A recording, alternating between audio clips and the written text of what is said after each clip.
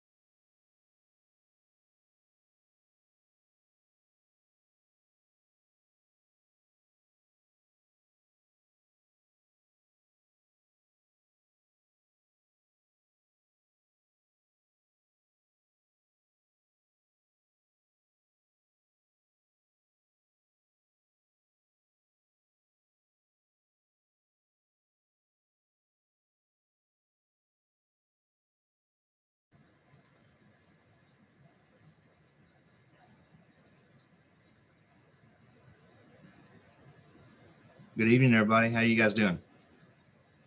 Good. Good evening. Good, thank you, Mayor. I think we got most everybody here. Jerry Beth, can you hear me okay?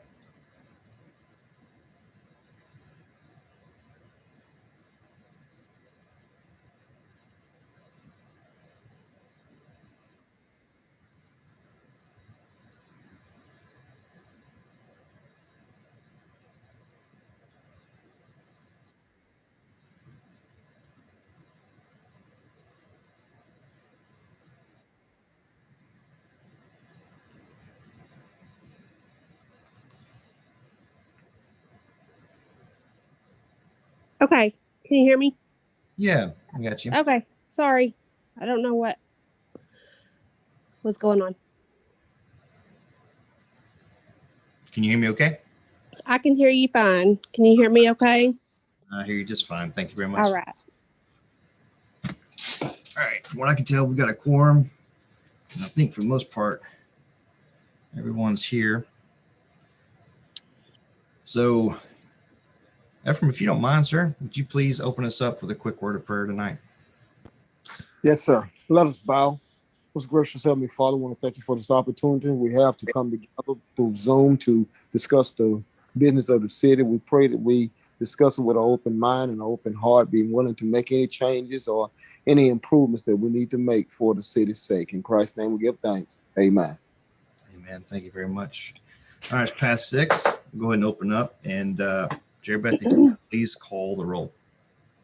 Mayor, Here. Mr. Philip Powell, Miss Stewart, Here.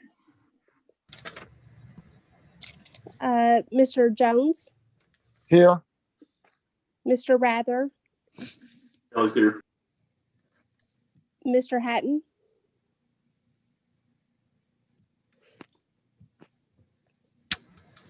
okay, Mrs. Bridges, Here. Miss Elmore, Here. Mr. Florence, Here. Mr. Biles, Here. and Mr. Butler. Here.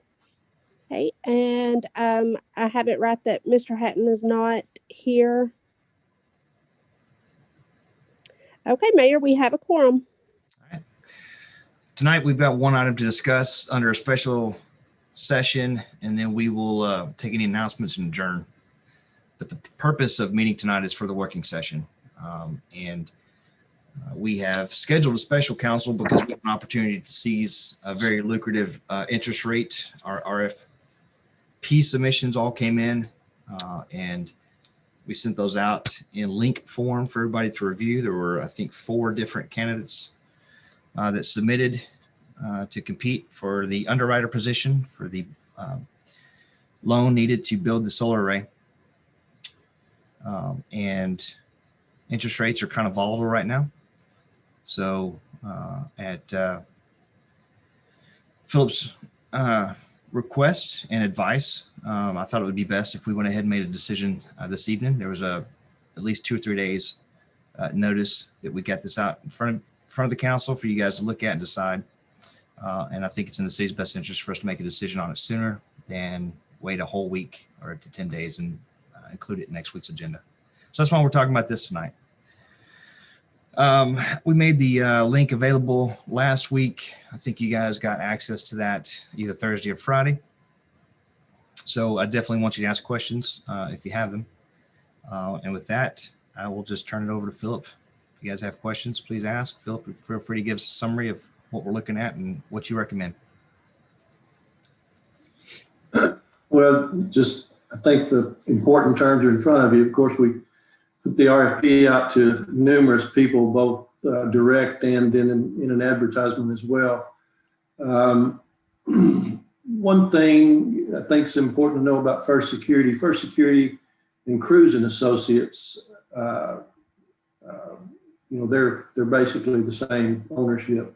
So Cruz, if they had bid, they would be using the bond route, and First Security has done a number of these, and if you read their information there, you could see several of the ones they've already done. The difference in the 2 structures here is one is actually issuing bonds, which is what you see there with Stevens and Raymond James. The other is just a direct installment loan, a secured installment loan, which they could do either in a lease purchase form or just a direct installment loan with the equipment as security. I probably would want our bond counsel to give us a little direction as to which might be better for us. I think either way, there's not a lot of difference. Either way, we're responsible for the insurance. Either way, the money's all going out on the front end. The cost of the direct loan is of course significantly lower than the bonds because there's no cost of issuing the bonds. It's just a loan, just like you went and borrowed money to buy, a piece of equipment of some kind. So the other thing, I did talk with Mark Killingsworth at First Security a little bit just to get answer a few questions that I wasn't sure about. And the only other thing we're going to need here is an escrow agent. And that's what that $1,000 is stuck down there. That may be as little as nothing. And so a lot of times an escrow agent for a deal like this would, just for the account, which in this case would be over $2 million, would do it, for little or nothing. So I did talk to him yesterday to make sure that rate was still good. Interest rates have been, last couple of days of last week, and even on Friday, Treasury yields have been jumping significantly. They were back down just a little bit today. But over the last 60 days, we've seen bond yields, which directly affect interest rates, go up roughly 0.5%. So I was really shocked that this rate was this low. So I'd be glad to answer any questions I can. But to me, this appears to be not only the lowest interest rate, but the lowest cost financing of the 4 we received.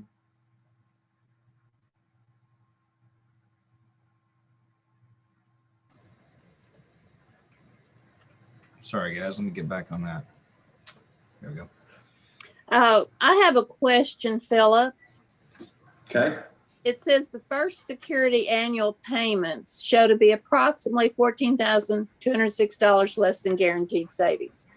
On the chart they provided, it seems like the savings are more than the payment. They are more than the payment. That's what I'm saying. I'm saying their payments are less than our guaranteed savings. Okay, okay. Well, that's what I was looking at, and I just misread the statement. Thank you. Yes. Just for context too, I don't know if Philip mentioned it or not, but when McKinstry did their projections, they used a 2.89 interest rate. And as you can see here, all competitors even are under that mark, which is good news for us. So just keep that for what it's worth. Sorry, Philip, you were going to say something.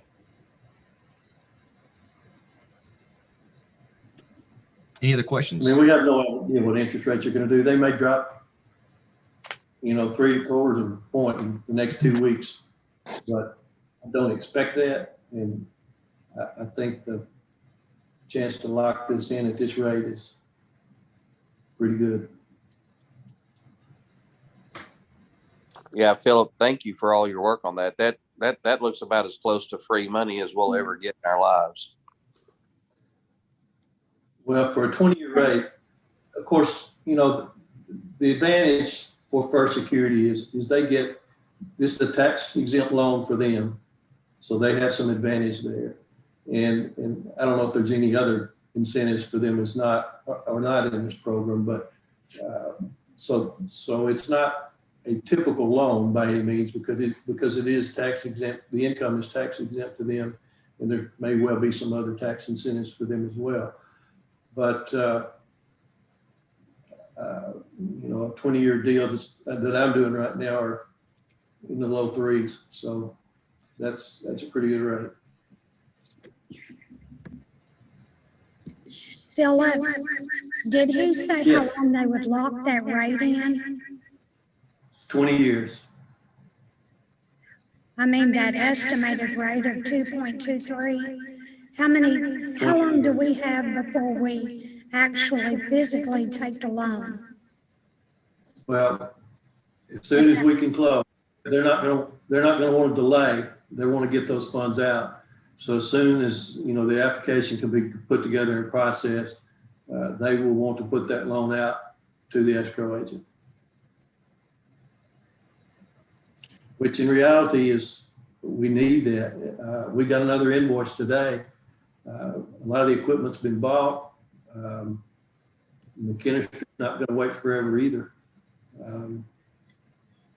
So it's, I don't know what their processing time will be, but I suspect it's going to be less than 30 days.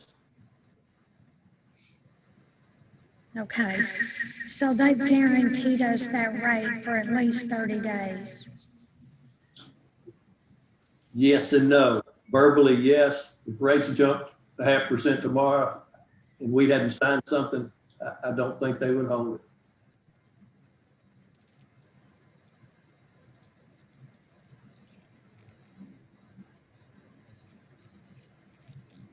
Are there any other questions? I think we need to jump on it while we can, take advantage of that rate. Thanks for what you did, Philip, and working on it. Well, it wasn't that much work. There were just 4 proposals. It was pretty easy to see what was the best deal. If there's no other concerns or questions for Philip, then I'll take a motion to lock in that interest rate with First Security. I make that motion for the First Security Bank. I second it. Thank you. I've got a motion by Kelly Rather and a second by Suzette Elmore.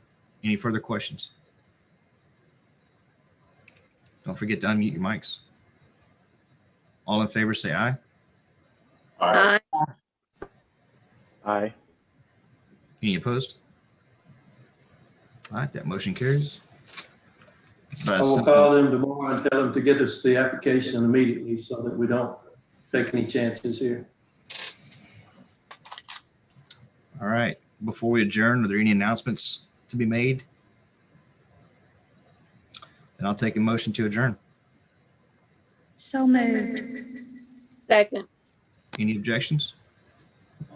All right. We're going to close out of the special session and move into the working session.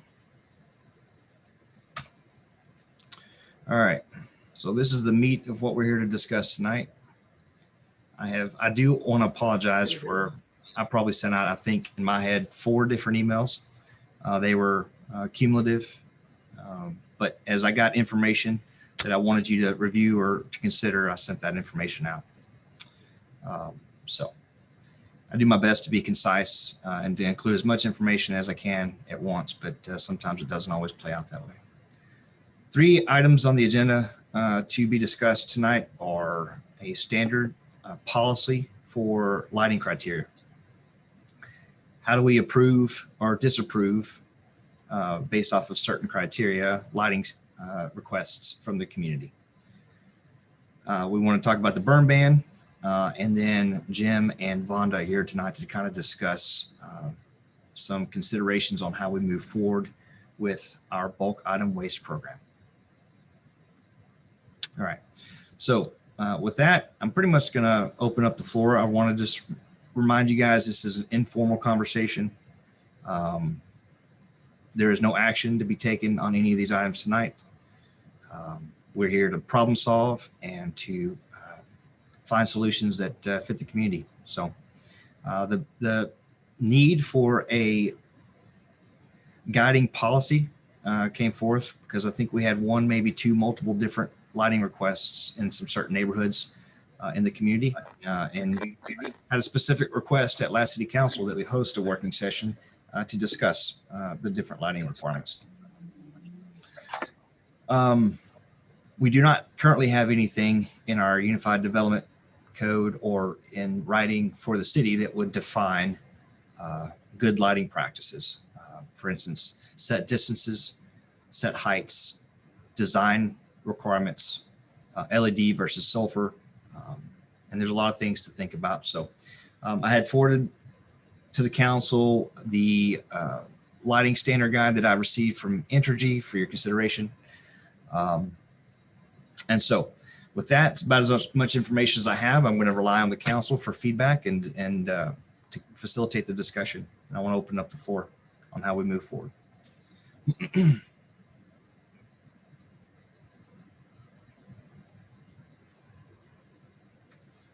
Mr. Mayor, this is Ryan, and I'll be happy to start since I requested the opportunity to have a working session for this purpose.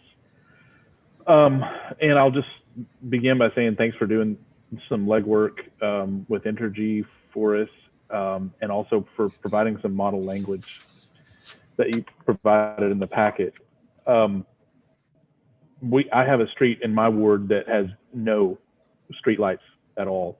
It's a somewhat newer development in the last, I want to say 15 years, 10, 15 years. And for whatever reason, the development requirements of street lamps were not met. And so they're in a particularly difficult situation because they're dead end. So they have some, dark areas that are just, there's no visibility whatsoever. So in response to a specific request from that neighborhood, my thinking is that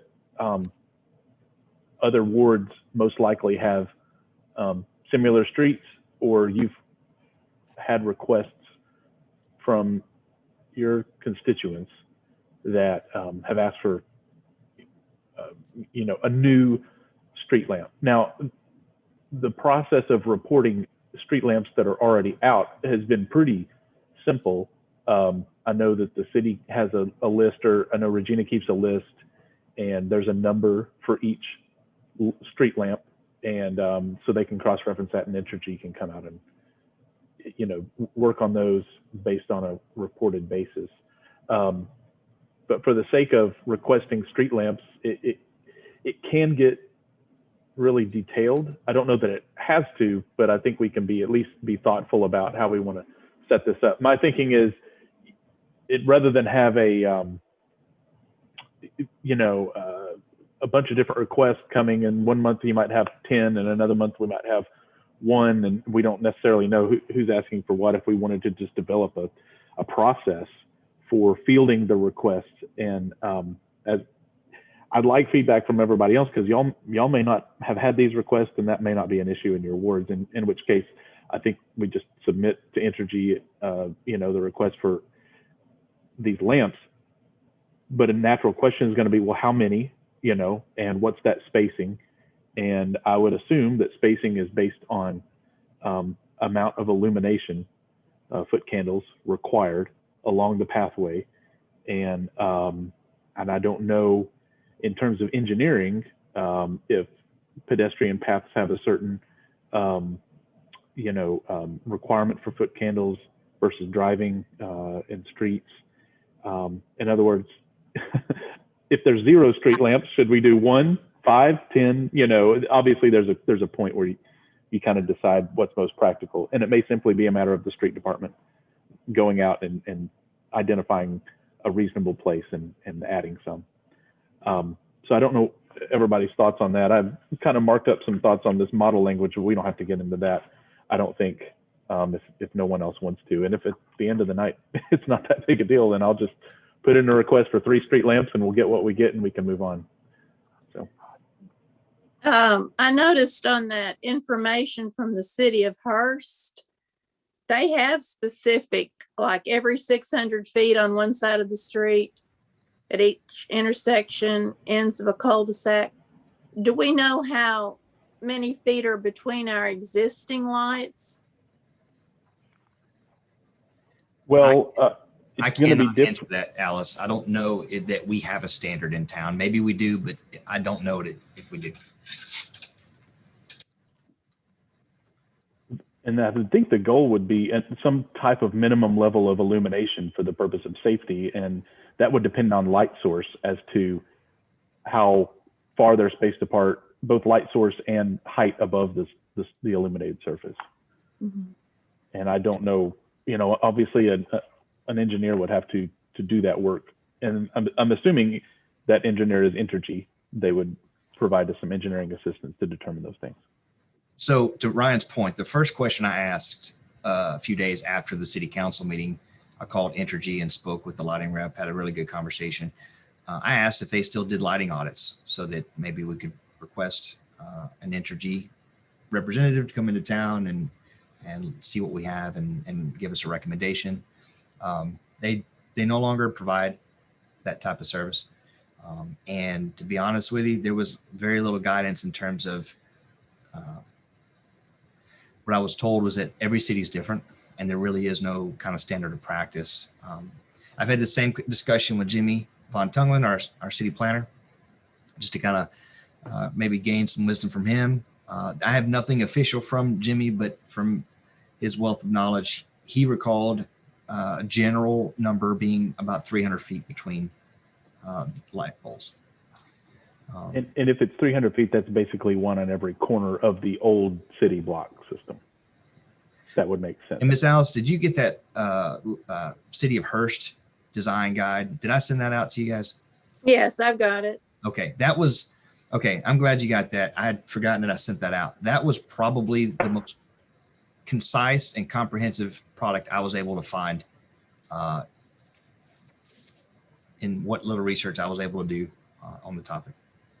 It was maybe something that we could strive to design ourselves, a 2-page product for Lona. Ginger, I have a question. If you might want to provide some insight.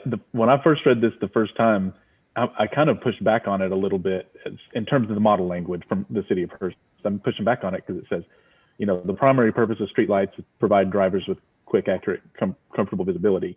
And then in the next paragraph, street lamps are provided for traffic safety, not property security. Well, our constituents are not calling us because the streets are too dark in many cases, though if there's no lamp on a corner, that can be problematic.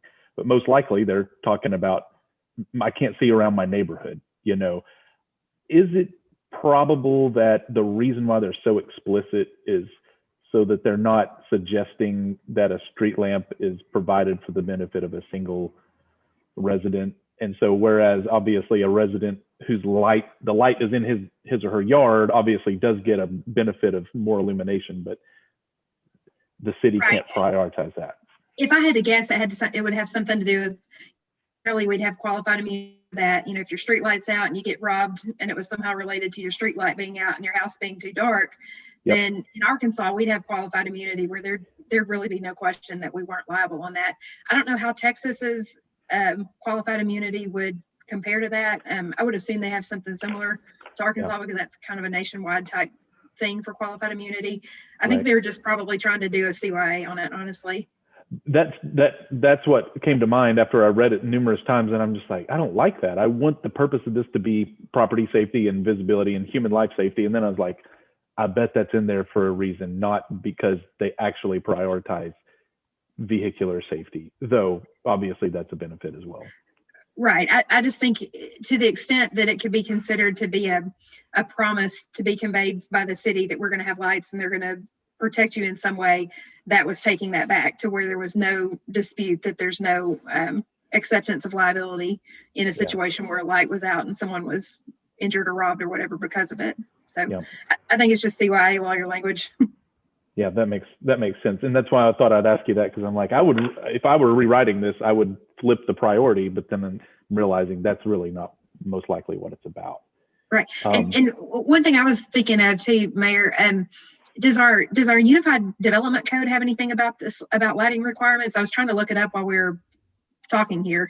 That's why I was a little bit off when Ryan asked me a question. Sorry about that. I recall there being some design standards in the overlay district for new development. But in terms of like a policy that would guide requests, if somebody came to the city and said, hey, I think there needs to be a street light in my corner or on my corner, then we would have, criteria that would have to be met to justify the purchase of that light, and to B, ensure that we don't get too much coverage in one area of town, that we get a uniformity throughout, which I think is really the ultimate goal here, is to, neighbors come together, right? And lighting standards can be subjective if we don't have anything written down. And Suzette can come and say, hey, city council, I'd like you to put a street light on my corner. We approve it. Suzette's neighbor comes into city council and say, yeah, I'd like a street light too. We don't have anything right now to fall back on to really, besides, I guess, common sense, to say we'd approve or deny that. And I think but isn't that energy that puts in those poles though, or is it the city? No, energy puts those in. And so we send a request to energy. Right. But in your example of having two neighbors next door to each other with, wanting lighting poles right there, I bet that would violate energy's policy on it, because I'm sure they would not put two poles that close to each other. So, which makes me think they do have a design standard. They're just kind of not telling us what it is. Right. Basically. Right. Well, and also that could be because they don't want to obligate themselves to saying, okay, we have to put poles in every 600, 300, how many ever feet. If you were to come in and say, okay, here's the section of town where they're 1,000 feet away, but your standard says 300, then energy doesn't want to be put in a position where it has to put those extra poles in. If for some reason it didn't have funding for it, or there just wasn't really a need because maybe it was a more vacant area of town, or what. So again, I think it's all just people not trying to commit themselves to a certain standard when maybe there's not a reason to have that standard across the board. But if energy is the one that ultimately controls what's put in, then I think that their standards are probably going to be more important than anything we come up with. Yeah, I would agree. It's probably just a standard by veto almost, in terms of them saying, well, we'll give you 2 and not 3 or something of that nature. Right. And then to be honest, we don't have a way to override that any. Yeah, exactly. I guess to conclude this, I would just say 2 other things I'm interested in. One is, what would the city administration and staff's preferred process be for receiving requests? This model language implies that they have a form. I don't know that we need to go to that detail, or we could. I mean, I was grateful that I had a constituent think to call me, because that's what we want them to do. We want our neighbors and residents to contact city council members for these type of things. And that's why, as I worked on that request, I was realizing I don't know what the process is. And I'm sure somebody else has the same issue in their ward. Maybe not. I just assumed that and wanted to, instead of get ahead of the line, to say, anybody else, do we need to order 10 at one time instead of just 3 or 2? So to that question, does Regina or city staff or Jeremy or whomever have a preferred process for receiving these, fielding these requests, and working with Entergy on that, working with us, and then working with Entergy, part A. And then part B, does the council in general have a preference as to whether we prioritize a changeover to an LED type light, and in other words, prioritize an energy savings, or should we look at cost savings on a per month basis for operating costs? That's a question we need to consider. It almost sounds like to me that, I don't know why I'm getting feedback, but it almost sounds like to me that we need to confer with Energy and find out if we need some guidelines from them before we move forward. That's what we did. They basically punted and said they don't do an audit to help us understand what the, preference or, criteria would be. It's basically, it's like you request it and they'll tell you yes or no, and you have to tell them what kind of light you want. So we've been interacting with Entergy for several months now, but it's just a matter of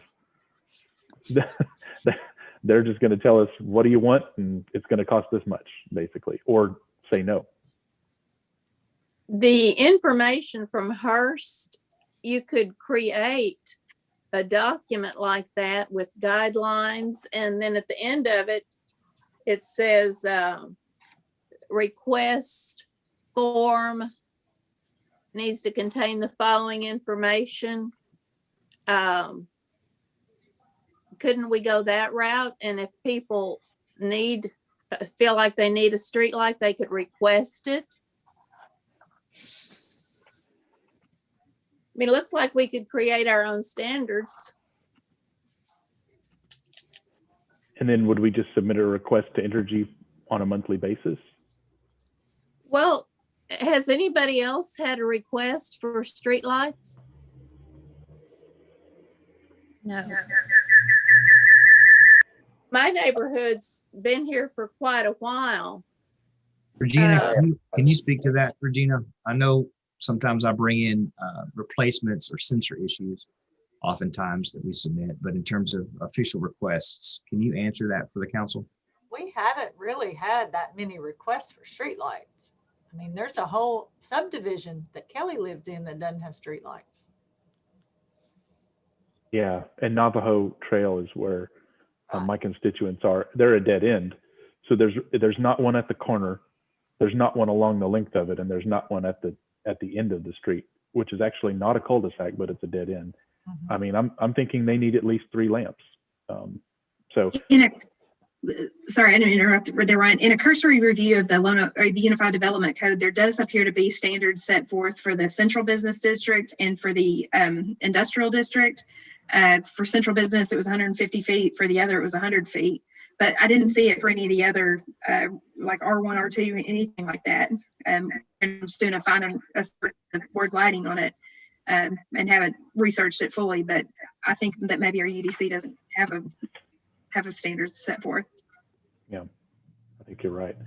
And again, I apologize if no one else is getting these requests.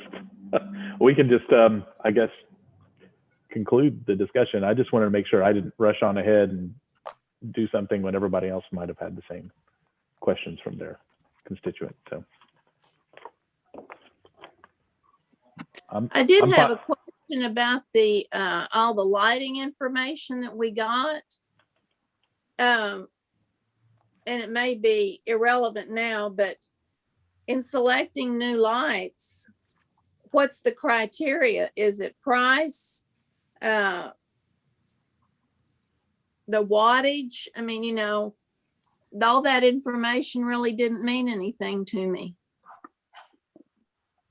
Yeah, savings.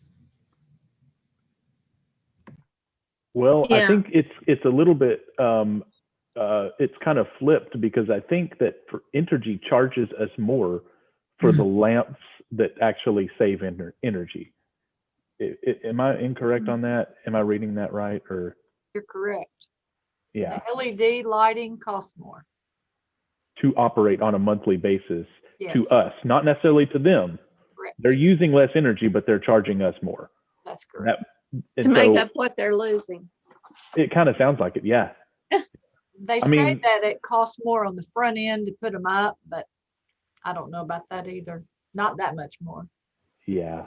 So this is one of those things where it's not even like we're making an economic decision, or if we are, it doesn't necessarily mean we're not making one that's beneficial both in economic terms and in energy savings terms, which seems a little, that's just a policy barrier, I think. But Don't those LED lights put out more light though? not necessarily. LEDs historically haven't been great for area lighting, for outdoor, area lighting. Yeah. They're getting better and the technology has improved. But in the past, if you just did a 1-for-1 switch out with the same spacing and canopy height or, pole height, you would get less foot candle illumination at the surface in the past. But that's probably, the technology may have caught up at this point. And somebody smarter than me knows I'm sure what the exact difference is now. Well, my thought is at some point in the future, they're going to change things like they have with the fluorescent bulbs and all like that. And we're going to have to go to something more energy conservative anyway. Would be one thing we need to consider if we're going to make a policy change. Right. Well, and I guess I'll just conclude my thinking by just saying doesn't sound like we may need address any policy at all. I just, again, wanted to make sure we had a clarity of how the procedure would work for requesting new lamps. And that prompted all these other questions as to what kind, how, where, what are the other standards that exist, et cetera. So I appreciate y'all giving some time to this. I want to ask a question to you guys for thought. If a new subdivision or a newer subdivision, there's a request that comes from somebody that lives in one of those, Entergy is going to probably give us what we pay for or what we ask for. So they can easily put a 40-foot telephone pole or something that would complement more pedestrian skilled street lighting like you might see in a newer subdivision. So how does the council feel about the difference there? Should there be a requirement to match design standards of new subdivisions, or even I don't say new, but maybe even older development where there aren't telephone poles, but there's more of the ornamental streetscape design. You could definitely mess quality up of a design of a subdivision by putting a telephone pole on the corner where you really should have been a more ornate type of lighting structure. I think part of it's a question of functionality. It might be a mix of both. If the priority is vehicular safety in the public way, then the ones on the corner, those would take priority. But pedestrian access on sidewalks is also in the public interest as well. So I think you could potentially, include pedestrian safety on city sidewalks as a criteria, in which case the spacing would be different, the height of the poles would be different, and the ornamentation might be less utilitarian and something that's more attractive. And you wouldn't mind having them in outside your front yard versus a telephone pole. Because if a new subdivision, for example, has buried utilities, they're not going to have telephone poles. I think this is what you're getting at, maybe. They're not going to have telephone poles, but they're going to have and power poles, but they would have street lamps on an ornamental scale. That's what I was going to say, Ryan. Over here in my neighborhood, we all have underground, so there's no light poles at all, which there's no street lights either. So a lot of these newer subdivisions are going to have underground, so there's no utility poles at all. And maybe the policy change simply needs to be to have the Unified Development Code address lighting standards for new subdivisions, so that here on out, however utilities are provided, there's at least a requirement for street lamps based on whatever the design standard is that's set. Does the developer not have any responsibility for streetlights? Regina, can you recall keeper of the Unified Development Code there? I do not recall it being required. The majority of them provide them. Mhm. Well, I know I've seen new developments where there are no high houses, but there are sidewalks and streetlights. Yes. It seems like the developer ought to put them in as they develop an area, but I mean, it's less expensive to do it that way, to have them installed when you're putting all the other infrastructure in. Well, Alice, I was looking at the Unified Development Code too, as Ginger did, and I'm not seeing where the subdivision code requires it in residential well, I mean, areas. it probably doesn't because they haven't been doing it. You know, I'm just thinking about other cities. I think they should, though, or I think that should be worked into the code. I think the majority of the older the older part of town, they already had telephone poles, so it was easy to put the lights on. And now when you've gone to all these underground utilities, there's nothing there to attach them to. So if you Right. don't require the developer to do it, then you're not going to have lights. Mhm. Yeah, around my neighborhood, there's poles and tray too, but a lot of people walk at night, and Mhm. there's not sidewalks everywhere either. So some of these streets are dark parts of the street at night for pedestrians, not just for autos, but for pedestrians out there. Are we strictly limited to residential with this new lighting? Or could some of them be placed closer to the downtown area or the, He 150 feet is the required spacing in the downtown area. so what's the answer? It's already required that there be one. Basically every half block there should be, at least in new construction. That's the standard, but that may be something that the city could go back and try to do some infill. You know, I'm sure there's one on every corner, but that's not necessarily like mid block. There's probably one at every corner in every alley is most likely what the spacing is. That would get you to 150 feet. So it could be a potential that we could upgrade or add some lighting downtown or in the historic district. I think that'd be awesome, especially a pedestrian style ornamental type lamp. Mhm. But There's a lot of people walk after hours, down through downtown area, the trails. So I was just wondering if possibly we could use some additional lighting for that, and then also use those for banners as well in the future to dress up our downtown. we could make the lighting a focus of the pedestrian bicycle master plan too, because they're going to come up with recommendations in that from the engineers, and they could help us identify a standard that would give us some sort of vehicle for adding additional light beyond the minimum requirement as it's currently written, which would help us do that, Suzette, I would think. Yeah. It seems like for your concerns right now, Ryan, the thing to do would just be to request that Energy put the lights in where they're logically needed and see what they say. Yes, ma'am. I think that's the logical conclusion to it. I mean, I think it's been a fruitful discussion, but it sounds like I might have belabored the point a little too much. So, but thanks for helping me think this through, because again, what would have been kind of lousy is if I, just did a one shot and realized, oh no, everybody else is asking the same question and we didn't talk about it together. So thank you for helping me address this.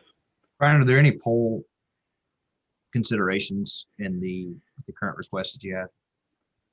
Like the type of polls? Or? Yes. Yeah. I would imagine they're probably looking for the same thing that's in the adjacent neighborhoods like Eagle Estates and the others that tend to be just the black steel with the I think it's a high pressure sodium or one of those type lamps. So they're probably considered ornamental. They're not terribly attractive. They're pretty utilitarian, but they're not pole, like telephone pole mount type lights.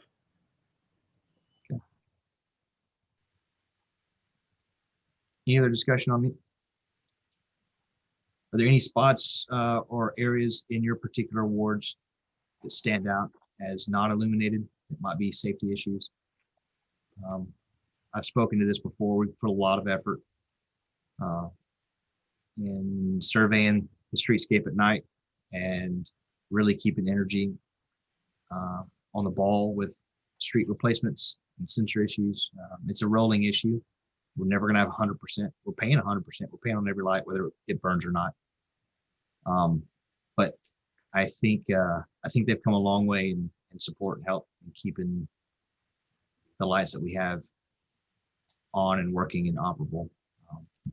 But I'm asking you guys for feedback. Are there any dark holes that are really not illuminated at night in your areas, your wards? Yeah, I would love to do an assessment of our wards. Especially I'd like to do one of mine and see where the dark areas are. Maybe talk to some neighbors, see how they're feeling about the lighting. I need to do that also. I need to drive through the whole district at nighttime. I haven't done that. Mm-hmm. I agree. Okay. Are there any other Can points? I comment on that? Yes, ma'am. It's Vonda. One of the things that if you guys were going to do an assessment of each ward, one of the things that I've seen, I've gotten a lot of phone calls on, is especially in the older areas, is lights that are obstructed by trees and, tree limbs. And then you've got this whole battle with who's responsible for maintaining that and keeping them clear. So like if you were going to do a survey of your area, that would also be something really good to look out for, so it could be addressed also to improve the lighting in the areas we already have lights. Mm-hmm. That's been a big issue over around on Willow Loop in my ward. It has, and, yeah. Yes, and I don't know if it's still been satisfactorily dealt with or not. Do you, Vonda? I know that some of it has been worked on. It has not been completely taken care of. No. Well, I knew they'd done a little bit, but. Yes. But if you've got a big old pine tree, I mean, it can completely take over a full, light to where no one's getting a benefit from it. Mm-hmm. It can be completely obstructed. And that is a big issue. That's a good point, Vonda. Maybe when we drive around, we can take assessments of that as well. Yes. And get those turned in. All right, for the sake of time, if there aren't any other major issues or points, then we're going to move forward. Last parting shots on lighting standards and policy for the city. I think it was a good discussion. What I'm hearing is that we're just going to keep the process the same. If constituents have concerns, they need to call City Hall. We'll bring them forth to the City Council, one at a case-by-case basis. Okay. All right. Second issue is should Lone Oak have a burn ban?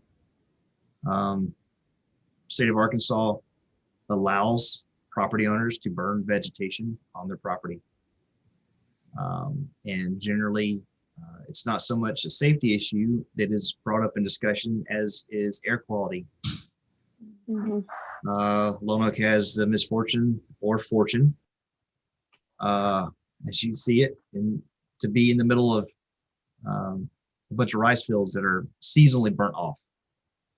So whether we have a burn ban or not, we will likely never eliminate 100% eradicate, smoke blowing through the city or through our community, simply because we're surrounded by agricultural property. I don't have the dates on this. I do know within the last 10 years, there was a burn ban instated, which was more restrictive than the state guidance, which restricted people from burning on the property. That was removed by City Council. I want to say 5 or 7 years ago. Regina, do you? According to my count, 2013 is when we did it. 7. Okay, so 7 or 8 years ago. Thanks, Ginger. It went back on the ballot. The people voted to overturn that burn ban. Okay, so I misspoke. I'm sorry. So it was by community vote. Yes. Okay. All right. So leaves are a real issue for us. Jim and I have spoken the last 2 seasons. And Vonda as well, we get ready for it like a month before. Make sure all of our equipment's ready to go, and just kind of get mentally prepared to assume that service, because it's very tasking, especially with contractors who add to the caseload. And I know Jim could probably easily keep 2 or 3 guys busy for a good 6 weeks, just sucking up leaves and taking care of limbs. So there's an argument to be made on both sides of the fence. But I think that's why you guys get paid the big bucks to represent your wards. So tonight we're going to discuss that, and I want to open the floor up to thoughts and concerns and how you guys think the city should move forward. Did we just finish the burn ban issue? No, I'm opening the floor up to it. I want. Oh, okay. I thought you were moving on to the next item. No, I'm sorry. No, the door's open, so please feel Okay, free. well, I think we need a burn ban. We have the leaf and limb pickup that's very accessible. The guys do a great job getting everything picked up in a timely manner. And I don't see why people need to burn leaves in their front yard. I know there have been times in the fall that we couldn't even sit out in our backyard because my husband has respiratory problems, and, you know, you can't breathe even with a mask on.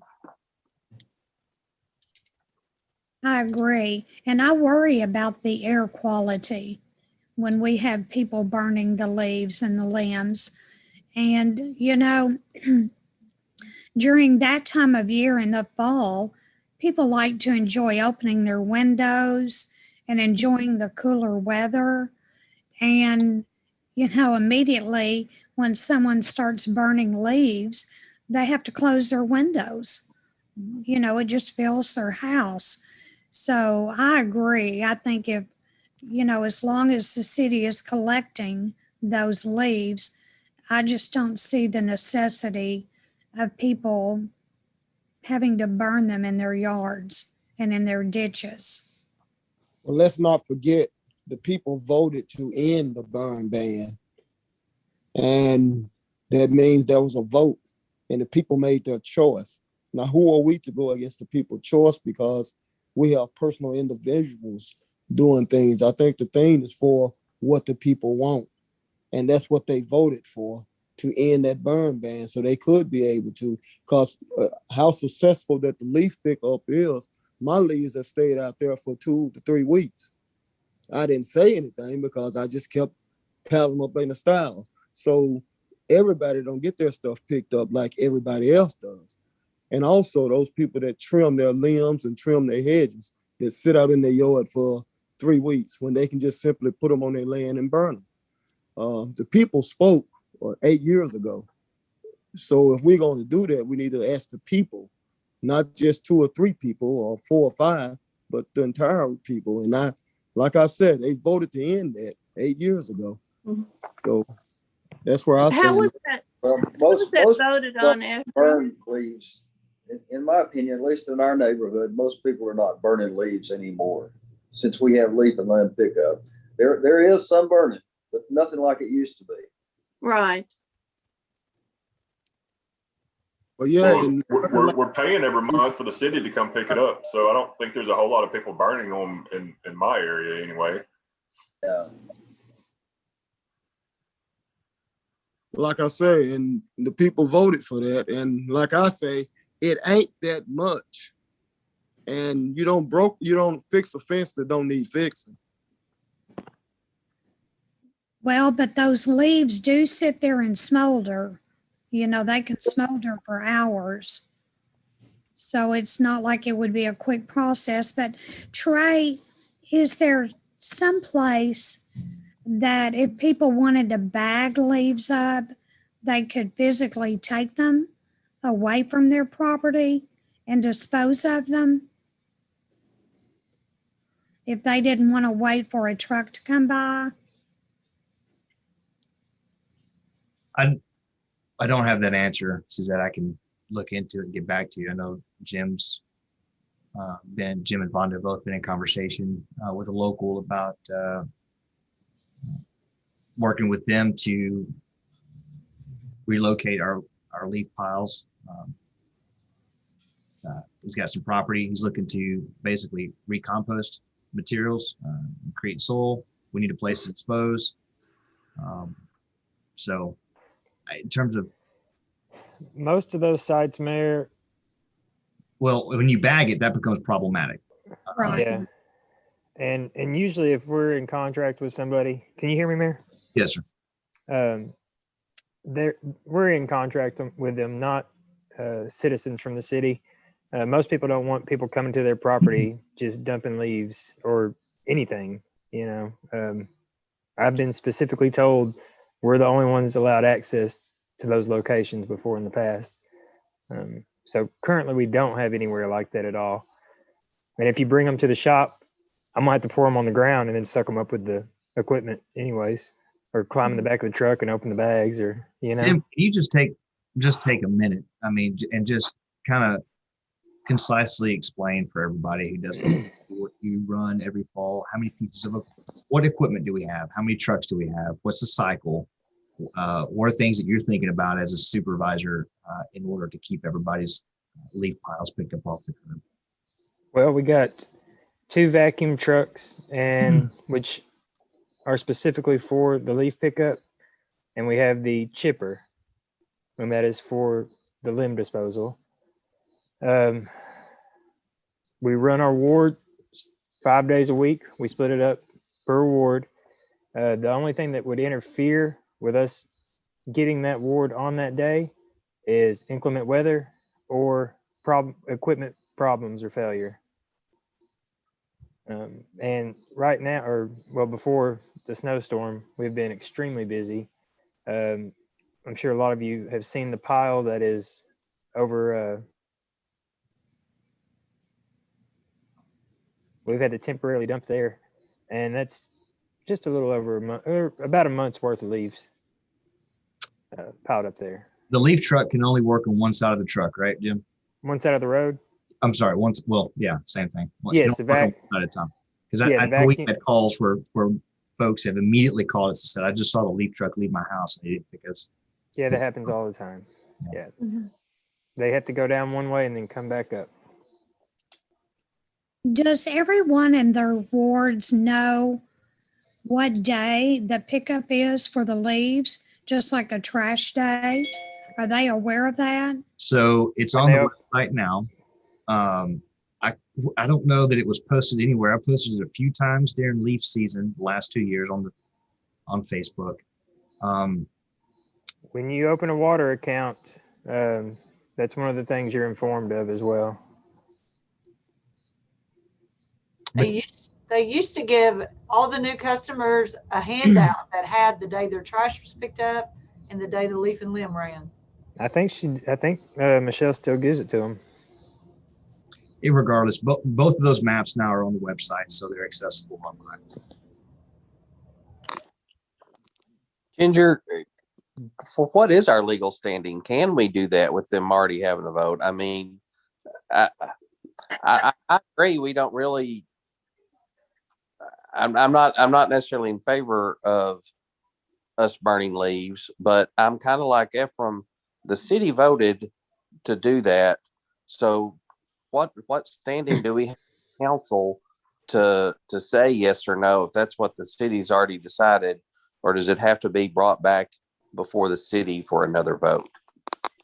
I think Ephraim made a very good point that it's politically bad form that not even a decade ago, the citizens told us what they wanted to do.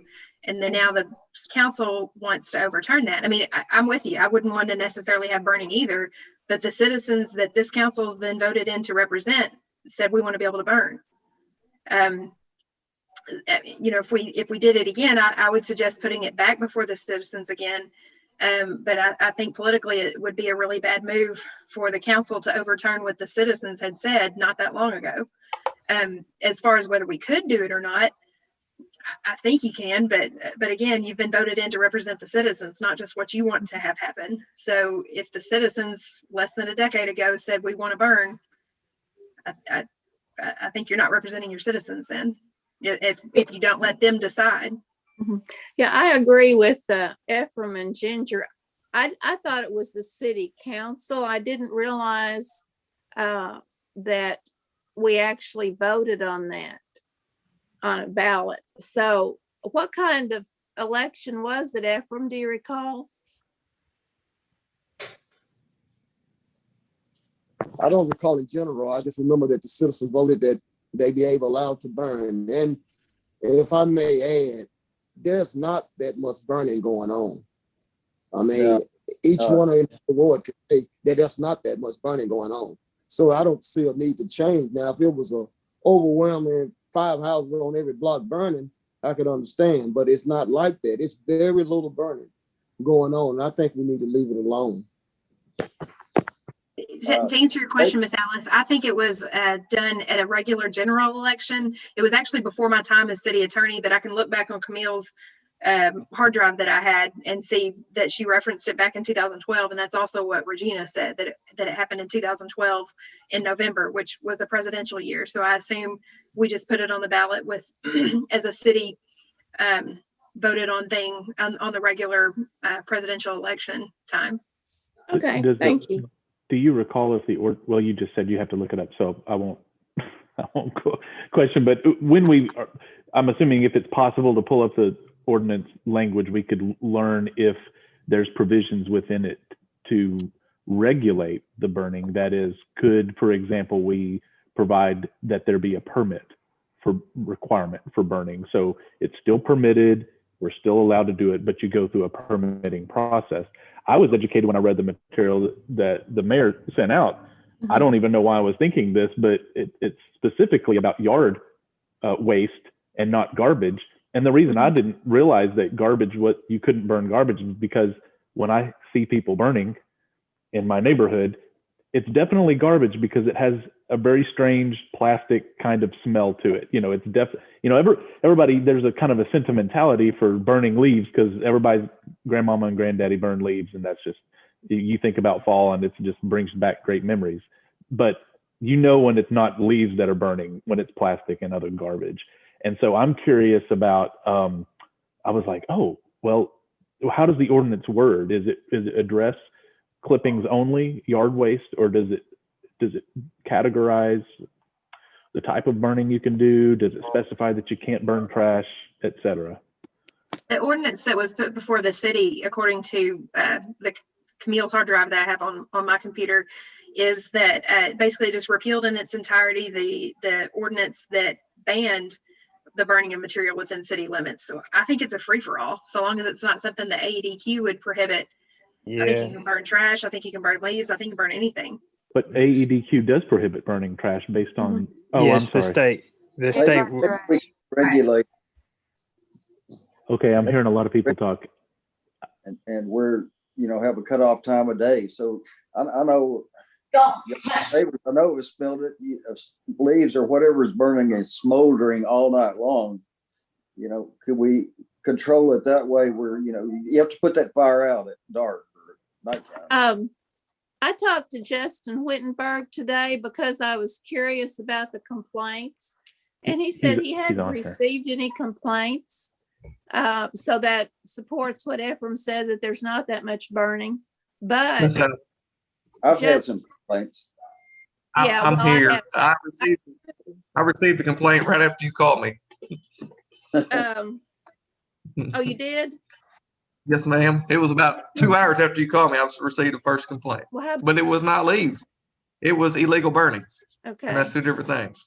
Well, I was just going to say that you did suggest that the public needs to be educated on, we need to have some guidelines about when is an appropriate time to burn, depending on the wind. And, you don't burn something that's going to keep burning all night.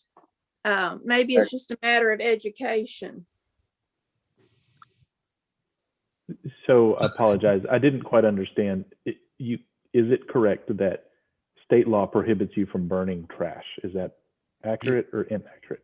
I think that's correct. I think I misspoke on that. I think our ordinance just dealt with yard waste. So even in particular, you can only burn vegetation that's from your property. So Ryan, you cannot take vegetation from your yard and take it to Justin's yard and burn it. You have to burn it in place on your premise. Okay.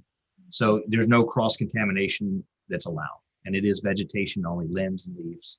And if you look at the guidance on ADEQ's website, even the state suggests that local, it talks about stopping a burn if it's a persistent offense to neighbors, a fire hazard or another safety hazard. So it's not even necessarily just a catch-all, free-for-all burning. It does provide some leadway for, local officials to get involved if there's some persistent nuisance going on. And I would suggest it's highly probable that a 9-year-old ordinance may not have caught up in its entirety with ADEQ regulations and might need to at least be updated to provide some sort of explicit regulatory authority or an explicit prohibition of illegal materials in the case that it doesn't. But again, I'm not sure what the exact wording of the ordinance is. If I remember right, it was basically like the mayor said. It was basically like the vegetation on your leaves, if you cut off limbs and stuff like that. It wasn't anything like plastic or anything. And I don't remember everything, but I can remember that it was specified what you can burn. And you also have to have someone out there watching the burn at all times. If not, the fire department would be called, and they would put the fire out, and you were subject to be getting fined.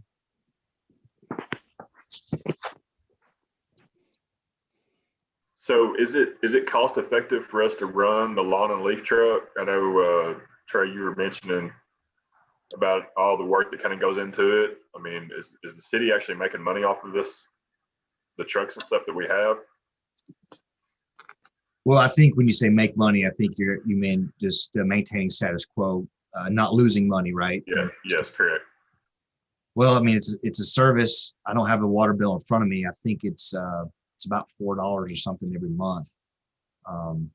Jim, do you recall those numbers? I was actually looking at it today. I got it in my email. $4.57 a month. Thank you, Vonda. Times 1,500 is rough math, what, 6,000 a month, 72,000 a year. Mm-hmm. Am I hitting close, Vonda? Yes.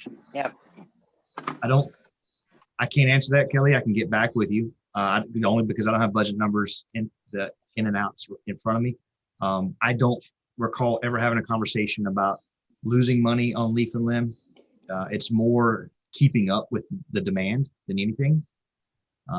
That's more the bulk item program where we talk about losing money. But Jim, can you answer that?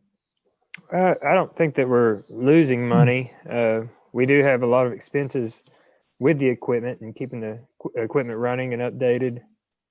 But it's not like it's the bread and butter of the department, really. It's we get money allocated from other places as well. I don't think y'all would be very pleased with the side of the town if you didn't offer that service. Mm-hmm. I guess I'm just a little confused on why people feel the need to burn it all. If the truck is going to come through every week, they wouldn't rake their yard more than once a week. So I'm just curious why, they would even feel the need to burn. Because some people are just American and they don't want to be told no. People like to make up their own mind. And some people are just that way. I think here lately with COVID and all the restrictions, people are being tired of, or they're getting tired of being told what to do, what they can and cannot do. And I just agree with, I have no voice in this, but I agree with Ginger that it doesn't seem like the right time nor our place to make that decision, Mm-hmm. Sometimes it may be because of physical structures. If it's a big lot and it's your back part of your lot behind your house, and there may be a fence that surrounds that area and the road, just transporting all the leaves from the very back of your property to the roadside of your property may be an issue, and you want to burn it there. I mean, I agree that it's not a big issue, but I mean, I think probably mine and Michael's area may be the reason that we're having this discussion is because we did have somebody burned for almost 2 days straight about 4 or 5 weeks ago, and it smoldered and it was awful. But I still don't know that now is the time for us to make the decision as a council, not to do away with the or to implement the burn ban, particularly as Ginger said, that's something that just happened a few years ago. Yeah. Yeah. So without being disagreeable, I'm sorry, Suzette, you were going to say something. I apologize. No, not me. Okay. I was going to say, just without being disagreeable, let's not forget, absolutely, we have to represent the views of the folks in our ward. The only view I've heard has been a complaint, and it's been one, and it's one I respect. We also have to remember we have to protect the most vulnerable. And at this point, it's going to be our older citizens, our citizens who may not have the ability to run their air conditioner all year long. And so they may have to keep their windows open for a season, in which case the smoke is a more difficult problem for them. And of course, those with health issues and breathing issues, respiratory issues, all of those folks we have to protect, even if, the majority says one thing, we can't at least ignore them and say, well, people voted 9 years ago. You really need to live with this. I'm not saying anyone's saying that tonight. What I'm saying is we have to remember the most vulnerable amongst us and in the neighborhood. So to that point, it sounds like there's 2 ways we can go about doing this. One is provide some sort of regulatory process where maybe we require a permit, maybe we say only within a certain amount of hours of the day, or if it becomes a nuisance, the law already allows the fire chief or administration to put a temporary burn ban in place. All of that looked like it was in accordance with the regulation. The other choice, of course, is to put it back on the ballot this fall and find out if people still feel the way they feel 9 years ago. And I think with a little education, people actually may not feel that way anymore. We can't guess that unless we do our due diligence in terms of polling our citizens, and the best poll is an election. That's the most reliable poll, is an election. I could go out and get 10 opinions that agree with me and say, well, 100% of folks, agree with me, whatever my point of view is, and that would be not actionable data. So this is a great discussion because y'all have provided me with information that I didn't remember. I remember when the burn ban was lifted. I did not remember the context. So this has been a good discussion. But I'll just leave you with, please remember the majority is not always right. And also there's vulnerable folks among us that we have to consider are a special condition. And it's usually our older adults or people who don't have the resources to, run their air conditioners all the time. That's a great statement, Ryan. I agree with you on that. And 9 years has been a long time. Plus, we are far more, I would say, health conscious now about the quality of the air than we were 9 years ago. But I think it wouldn't be a bad idea to maybe talk to some of our constituents, maybe some other cities in the area, and see what they are doing. But I think it would be great to put it back on the ballot and see what, the new votes would bring to the table as far as the health benefits of having to breathe the smoke. I think before we put it back on the ballot, we should look at that ordinance and see if we can tweak it a little bit. Well, I don't think we need tweeting it or anything. In 9 years, how many complaints have we heard? Okay. No, I mean, That's the point I'm making. In 9 years, 8 years really, that we've had of lift the burn ban, how many complaints have we had? Okay, we don't so far this year, 1 or 2 or 3. It's 4,000 people in this city. And I'm gonna stick with that. Yeah, well, after being enlightened on the way the burn ban got lifted, I think maybe we just need to do some education. Maybe we could, I mean, Justin mentioned criteria for burning. Maybe people just need to be made aware that, really watch if the wind is blowing. Could we put something like that in the water bill? I think it would need to be based off of best standards of practice. I don't know if that's 5 miles an hour, 10 miles an hour, 15 miles an hour. Obviously it needs to be blowing from the northwest or from the west and push it out of town. But we need some type of, and I think actually, Miss Alice, I think some of that's actually already on the ADEQ website. I'm hosting right now. I can't go searching for things online without messing the slides up, but I'm pretty sure ADEQ has some guidelines for best times to burn, which I think would be super helpful to get that out in the water bill and help folks know, hey, if the humidity's high and there's no wind outside, now's probably not the time for you to smoke up your backyard. So it's catch-22 because the more wind you got, the more safety issues you got too. So, and Might I suggest that you formed a committee on this so that, because we can talk about how we feel about it probably all night long, and maybe some of us will, and to be honest, I don't like the burns either, but I do respect the fact that the citizens voted on it 9 years ago. There won't be another general election until 2022. So if we're thinking about putting on a ballot, it's pretty expensive to do that without having an election already set. So we've got some time to think about it. I might suggest that we have a committee that works on that instead of us just rehashing our own opinions over and over again. And we could probably come up with a better product that would make a lot more sense than just what we're doing right now. Are there any on the council that feel led to take that on?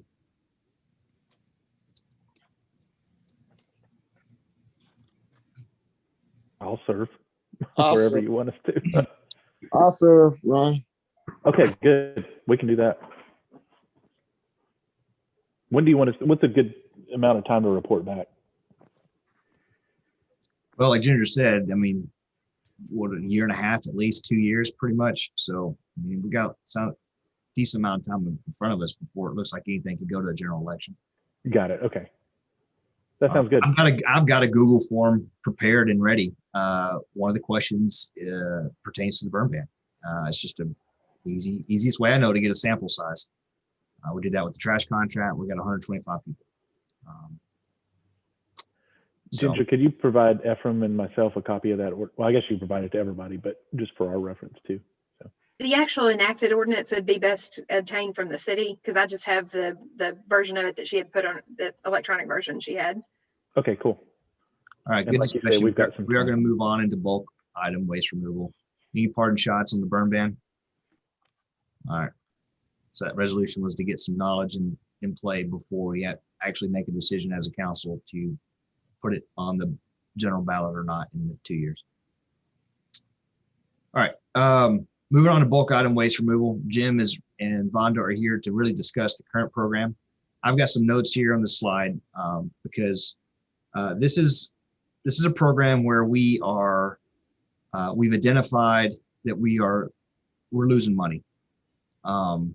And last year we lost a considerable amount of money. Folks need a way to remove bulk items. They need a way to get rid of furniture. They need a way to get rid of appliances. And so currently we have access at the city dump. We charge $25 per item, $50 per truck. All right. And we also have, we have annual year-round access. Folks can bring those items to the city shop, or they can call Vonda and she can dispatch somebody with a truck. Then we have a 2-week cleanup window, which is spring cleanup. Those numbers that you see are the budgeted numbers for last year. Last year, we budgeted $20,000 for spring cleanup, and we spent 25. Okay, I don't think that's so much a setback. If you hit or miss $5,000 on a $20,000 program, we removed more than last year than we anticipated. The dumpsters, however, we got taken to the bank last year. We budgeted $20,000 for weight, and we ended up spending almost $40,000. So we doubled the amount of money that we budgeted for those dumpsters, and that has to come out of Jim's other line items, whether it be streets repairs, sidewalk money. So essentially, you end up robbing Peter to pay Paul, and we only ended up bringing in about $7,000 in revenues. So we've identified it, we're talking about it, and we're bringing solutions to the table. So my goal is to stop the bleeding, and at the same time continue to provide a service to the public where they can bring bulk items and get it removed. This year we budgeted for a set of scales, which may or may not be our best option. Okay, I think the pricing Jim had was about $20,000 for a set of scales that we could then thereby charge fair market value, and make sure that we are net zero. We're not necessarily making money, okay, but we're not losing money either if we do it that way. And then reconsider our pickup fees. So before, A, B, and C are just general proposed solutions. We keep things the same, but we need to renegotiate that $25 and $50 pickup fee, and maybe start charging more at the city shop. What those numbers are, I don't know. We're talking about flat rate fees for variable weights, and that's kind of really hard to measure. All you can do, in my mind, is look back in the mirror and look at your 3, 5, and 7-year history. We buy a set of scales. We charge the individuals that use the program fair market value, so that weight, that cost is going to go up, and we still host a spring cleanup. Or another alternative method would be to propose a charge on the water bill, all right, and provide a monthly service like leaf and limb pickup. Then the convenience factor is there, but folks who may not be historically using the bulk item program are going to be paying for it, which there's some consideration to be had there. One thing we are going to start doing this year immediately is we're going to require a water bill and an ID to bring your garbage or your bulk items to the city shop during spring cleanup. That will immediately stop county residents from piggybacking on the spring cleanup program. Hopefully, we'll see an immediate decrease in our usage during spring cleanup. Something as simple as that, in implementing an ID program, making sure that folks actually had a residence in town, might make that 25 match up a little bit more to that 20 that we budgeted for last year. I don't know, but I hope to see an improvement this year.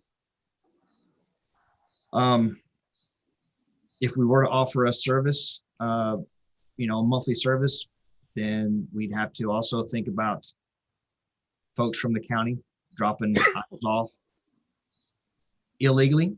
And we'd also have to consider commercial customers, so that, there'd have to be a cap or something like that, where a commercial hotel couldn't drop off, pay that $2.50 or $3 a month on the water bill and then automatically drop off 100 mattresses for pickup. That would be kind of an egregious use. So there are 3 solutions that have been proposed. They're not perfect. They need to be discussed and thought out. That's why we're here tonight. And I'm going to turn it over to Jim and Vonda to kind of pick up that discussion and fill you guys in. I'll be looking for your thoughts on it. Yeah, as you said, the 3 choices, the first one remaining same, is no way going to ever be accurate. You're constantly going to be guessing on what the weight's going to be, or how much volume it's going to take up in the dumpster, which is extremely difficult to do. And my concern with the scales is that you're going to scare off the citizens with the high fees, because obviously if we're charging $50 for a load and they come in and it's $250 now or $300, I'm I'm not going to drop it off there. I'm going to go dump it somewhere else, And Jim, where's our nearest facilities? I could tell you Rolling Meadows is in Hazen. Mhm. I've used Rolling Meadows a few times, 3 or 4 times, and I've had at least one flat. It's north of Hazen. It takes about 20 minutes to get there, a little bit more. That's the only one I know. I think there's one in Furlough too. Well, it's for county, but Okay. you have to be in because you have to show ID or some kind of proof of residence there if they're not familiar with you. But that's the closest one I know is in Hazen. But yeah, that's my concern with the scales is you're going to scare people off and you're going to end up with more illegal dumping because they're not going to want to pay those fees at all. And then we're going to have to pick up those items and still put them in the dumpster at no charge. And I don't know and this is just an example, Jim, I'm sorry I interrupted. I know if anyone has noticed the camper and the couch at Pizza Hut. Okay. Today, finally, we've been trying to contact the owners. That's real hard. They filed bankruptcy. We were trying to get things in order to get the camper out of there. And finally, I said, pick up the couch because there's this 20-foot camper. And everybody said, what camper? Because all you see is this big, ugly couch sitting there. And everybody was just totally oblivious to the camper that was right beside it.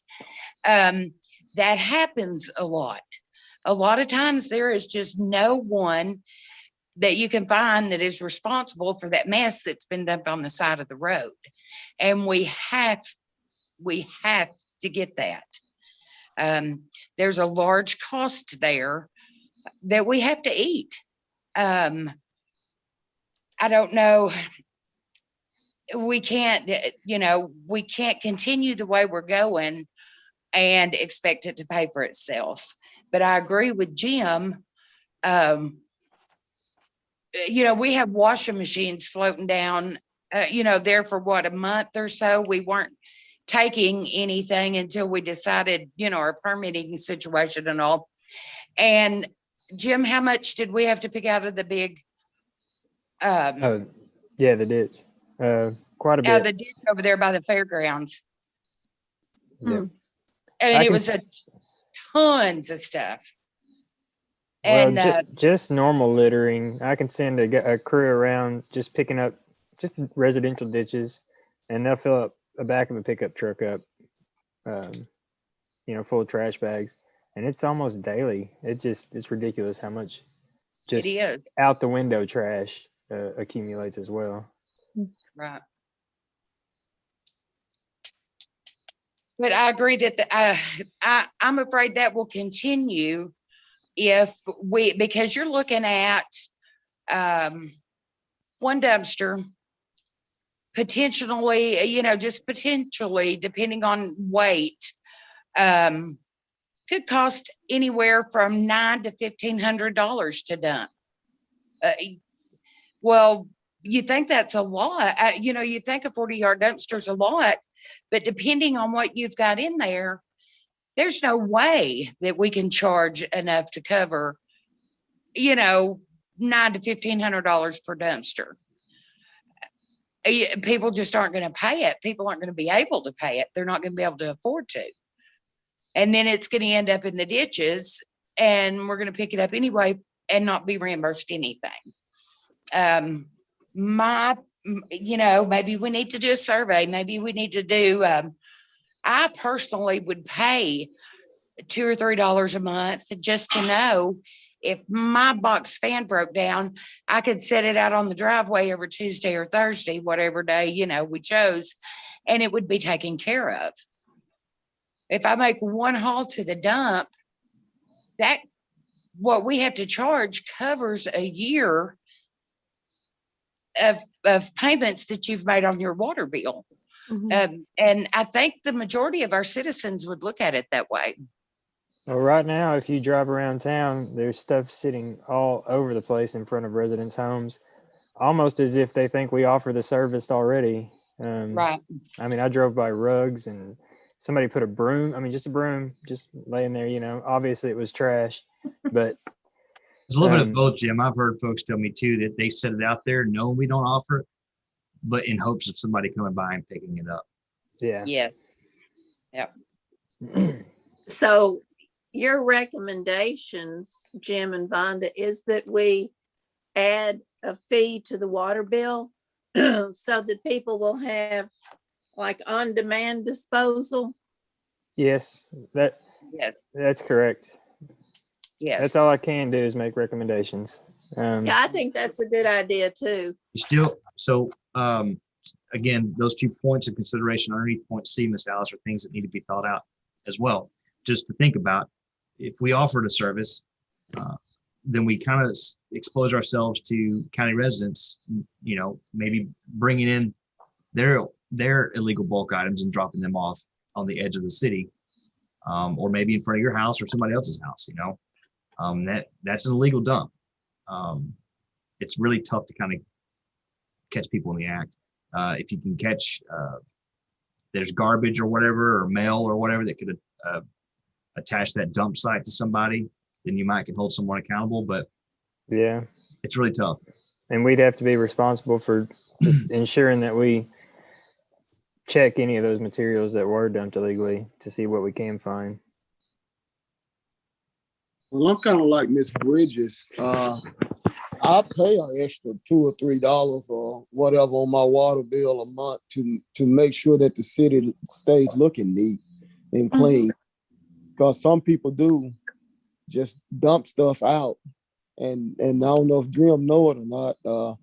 I'd be out there fussing at people saying, "Man, the city don't pick that stuff up," But it would be good to know that there is some way that it's guaranteed to get picked up. And I care about everybody else, but I would be willing to pay that extra $2, $3, $4 on my water bill to make sure that the city stays looking neat and clean. Yeah, I think but I agree.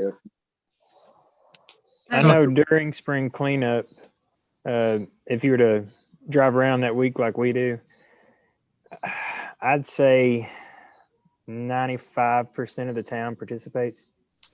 Maybe even a little more. It might be closer to 98%. I mean, you almost stop at everybody's house.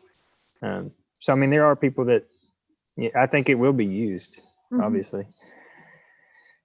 Are there thoughts on, let's just say the city provided that service and we charge for it on the water. Are there thoughts on whether we would still have spring cleanup or not? If you do quick math, and you take the 2 numbers there that I got, the 39 to 25, you're roughly at $75,000. Earlier, I said $4.50. Is that right, Vonda, for leaf and limb? That put us about $75,000.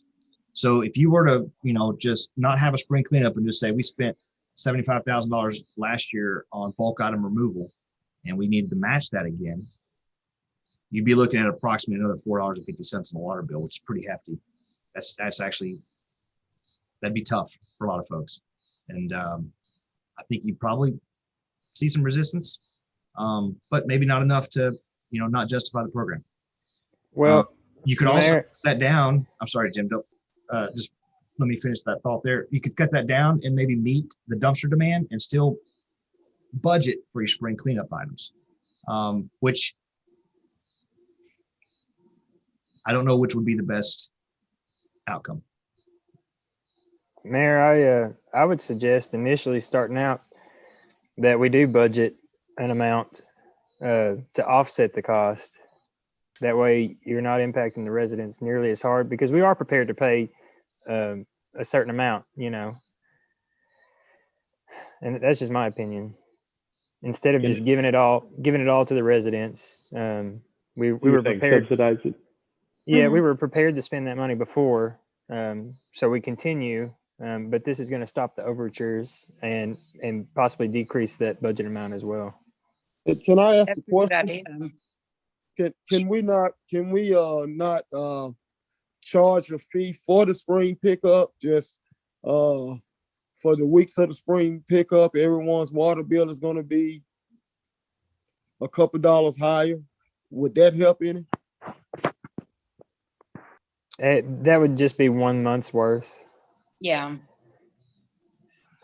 Well, and ideally in a perfect world, we would initiate this program right after a spring cleanup. So we wouldn't be hit immediately with when we started the program with, we wouldn't be bombarded with just pickup after pickup after pickup.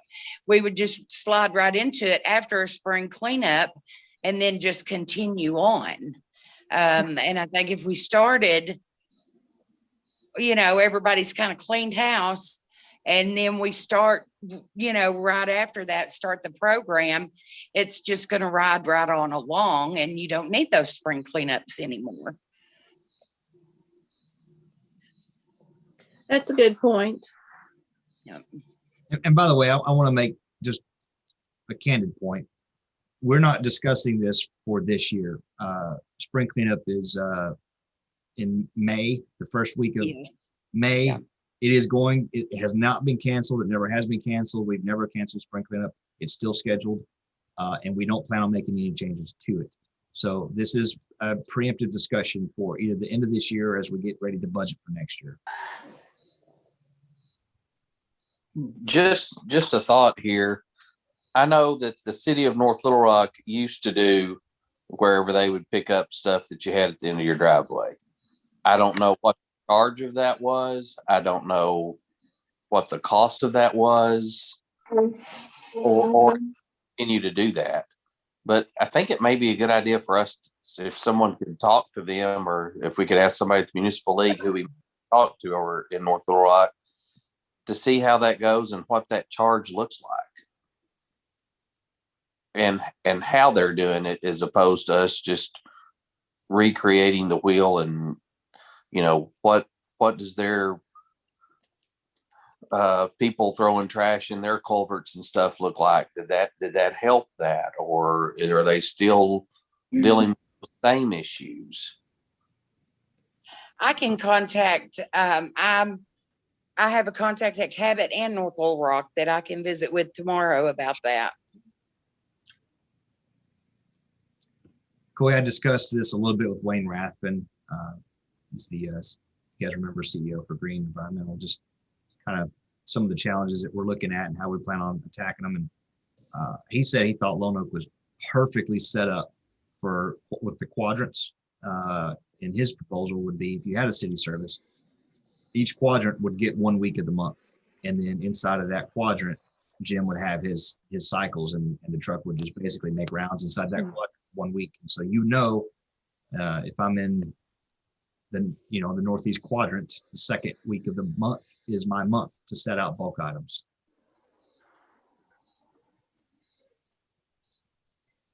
All right, we'll wrap the conversation up. Are there any other last concerns or questions or thoughts as we move forward?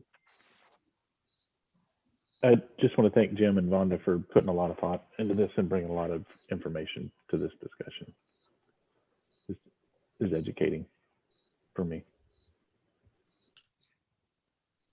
Okay. Well, out of respect to your time, I appreciate you guys meeting tonight. I think this is probably one of our more productive working sessions.